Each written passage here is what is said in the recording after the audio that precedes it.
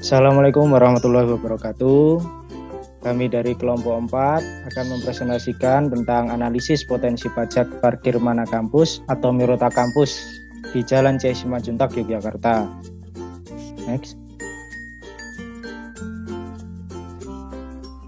Kami dari kelompok 4 beranggotakan Fakih Bara Uzama, Amanda Salva Maulani, Bayhaqi Ibnu Alahyar, Berlian Nur Aliza, dan Preti Nelakandi. Next. Untuk bahasan yang pertama mengenai objek pajak. Mana Kampus atau yang lebih dikenal dengan nama Mirota Kampus merupakan departemen store yang termasuk jenis usaha pengecer besar yang memasarkan atau menjual produk konsumen dengan harga yang relatif lebih murah. Mana Kampus terdiri dari beberapa departemen di mana setiap departemen memiliki produk yang berbeda-beda untuk dipasarkan. Selain itu, Mana Kampus juga memiliki supermarket di dalamnya. Lengkapnya, produk yang ditawarkan menjadikan Mana Kampus sebagai pilihan pertama untuk tujuan berbelanja masyarakat sekitar. Dengan demikian, dilihat dari banyaknya jumlah pengunjung setiap harinya yang datang, menggunakan kendaraan menjadikan lahan parkir Mana Kampus ini memiliki potensi besar untuk berkontribusi pada penerimaan pajak daerah. Next. Yang selanjutnya ada aturan pajak parkir. Merujuk pada Undang-Undang Nomor 28 Tahun 2009 tentang Pajak Daerah dan Retribusi Daerah, pajak parkir adalah pajak atas penyelenggaraan tempat parkir di luar badan jalan, baik yang disediakan berkaitan dengan pokok usaha maupun yang disediakan sebagai suatu usaha, termasuk penyediaan tempat penitipan kendaraan bermotor. Objek pajak parkir berupa penyelenggaraan tempat parkir di luar badan jalan seperti yang disebutkan Undang-Undang Nomor 28 Tahun 2009. Klasifikasi tempat parkir yang dikenakan pajak antara lain gedung parkir, pelataran parkir, garasi kendaraan yang memungut bayaran, dan tempat penitipan kendaraan bermotor. Namun, tidak semua penyelenggara parkir dikenakan pajak karena ada beberapa pihak yang dikecualikan antara lain. Yang pertama ada penyelenggaraan pajak parkir oleh pemerintah pusat dan pemerintah daerah. Yang kedua ada penyelenggaraan tempat parkir oleh perkantoran yang hanya digunakan untuk karyawannya sendiri. Yang ketiga ada penyelenggaraan tempat parkir oleh kedutaan. Yang terakhir ada penyelenggaraan tempat parkir lainnya yang diatur dengan peraturan daerah. Nah, yang selanjutnya ada Peraturan Daerah Kota Yogyakarta Pasal 49 yang menyatakan bahwa tarif pajak ditetapkan sebesar 20%.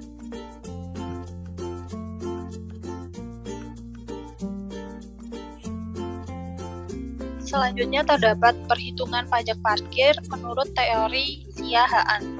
Tarif dan cara perhitungan pajak parkir menurut Siahaan adalah sebagai berikut. Yang pertama ada dasar pengenaan pajak parkir. Dasar pengenaan pajak parkir ini merupakan jumlah pembayaran atau yang seharusnya dibayar kepada penyelenggara tempat parkir yang diperoleh oleh sewa atau tarif parkir yang dikumpulkan. Dasar pengenaan pajak parkir dapat ditetapkan dengan peraturan daerah. Selanjutnya ada tarif pajak parkir. Tarif parkir ini ditetapkan paling tinggi sebesar 30% dan ditetapkan oleh pemerintah daerah, kabupaten, atau kota yang bersangkutan. Yang ketiga ada peraturan pajak parkir secara umum. Perhitungan pajak parkir ini sesuai dengan rumus sebagai berikut. Pajak parkir terutang sama dengan tarif pajak dikali dasar pengenaan pajak, lalu tarif pajak dikali jumlah pembayaran atau yang seharusnya dibayar kepada penyelenggara tempat parkir. Tarif pajak parkir di Yogyakarta sendiri ditetapkan sebesar 20% berdasarkan pokok pajak parkir yang terutama dihitung dengan cara mengalihkan tarif pajak yaitu 20% dengan dasar pengenaan pajak yaitu jumlah pembayaran atau yang seharusnya dibayar kepada penyelenggara tempat parkir. Next. Selanjutnya adalah metode dan cara pengamatan. Dalam menghitung potensi pajak parkir di Mana Kampus Simanjuntak, kami melakukan observasi secara langsung dan melakukan pencatatan. Kegiatan ini dilakukan pada hari Kamis tanggal 17 Maret tahun 2022, yang mana penulis mencatat terdapat 3 jenis kendaraan yaitu berupa mobil, motor, dan sepeda yang masuk pada wilayah penyelenggaraan parkir pada waktu yang berbeda untuk masing-masing kendaraan. 3 waktu tersebut merupakan sampel dari total waktu efektif mana kampus Departemen Store dari buka hingga tutup dan dijelaskan sebagai berikut. Yang pertama adalah waktu pukul 9 sampai pukul 11 yang mana diasumsikan bahwa tingkat keramaian tersebut adalah sepi.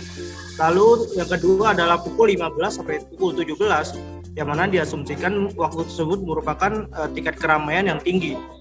Lalu yang ketiga adalah pukul 7 sampai pukul 9 malam yang mana diasumsikan pada waktu tersebut kondisi keramaian dengan tingkat sedang pada masing objek penelitian.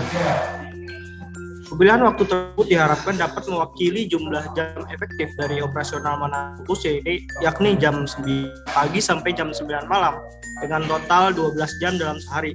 Kemudian dari hasil observasi dapat mewakili bulan efektif yakni 30 hari. Selanjutnya, mengenai perhitungan potensi pajak parkir di mana kampus. Sebelumnya yang perlu diketahui adalah tarif parkir. Untuk mobil dikenakan tarif progresif di mana di 1 jam pertama tarifnya sebesar Rp2.000 dan kemudian di setiap 1 jam berikutnya Rp1.000. Lalu kami mengasumsikan bahwa rata-rata belanja di mana kampus itu maksimal 2 jam, sehingga tarif parkir untuk mobil dihitung sebesar Rp3.000. Untuk tarif motor sifatnya flat sebesar Rp2.000 dan untuk sepeda tidak dikenakan tarif atau gratis. Lalu kami mencatat jumlah kendaraan yang masuk di jam 9 hingga jam 11 pagi ada sebanyak 5 mobil, 54 motor, dan 1 sepeda sehingga untuk mobil perolehannya sejumlah 15.000 dan untuk motor 108.000 sehingga diperoleh totalnya 123.000. Untuk di jam 3 sampai jam 5 sore kami mencatat terdapat 7 mobil, 91 motor, dan 4 sepeda sehingga diketahui perolehannya untuk mobil sebesar 21.000, untuk motor sebesar 182.000, dan totalnya sebesar 203.000. Untuk di jam 7 hingga jam 9 malam, kami mencatat terdapat 4 mobil dan 63 motor, sehingga dari mobil diperoleh 12.000, motor sebesar 128.000, totalnya sebesar 138.000. Sehingga total pendapatan dari jam efektif secara keseluruhan sebesar 464.000 sehingga rata-rata per jamnya 77.333,3 rupiah dan diperoleh rata-rata penerimaan per harinya sebesar 928.000 rupiah. Kemudian diketahui estimasi penerimaan yang diperoleh dari parkir sebesar 27.840.000 rupiah per bulannya. Dengan demikian, estimasi potensi pajak parkir yang dibayarkan per bulan sebesar Rp5.568.000 atau per tahunnya sebesar Rp66.816.000.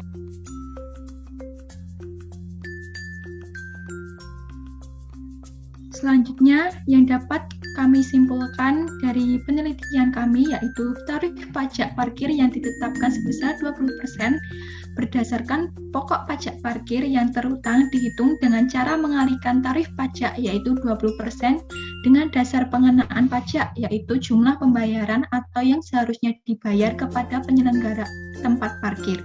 Sesuai dengan jam kerja Mirota, metode pengamatan kami memilih waktu yang tepat pada jam 9 pagi sampai jam 9 malam dengan total waktu 12 jam dalam sehari. Dengan biaya parkir untuk mobil sebesar Rp3.000, motor Rp2.000, lalu gratis untuk sepeda. Dengan demikian, diperoleh hasil estimasi potensi pajak parkir di Mirota kampus per tahunnya sebesar Rp66.816.000.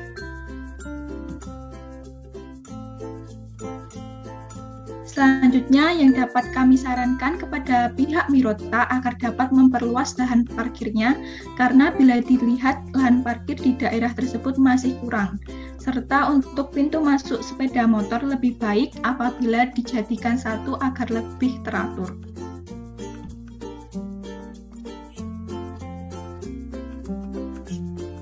Sekian dari kelompok 4. Terima kasih apabila ada kesalahan kata, kami mohon maaf. Wassalamualaikum warahmatullahi wabarakatuh.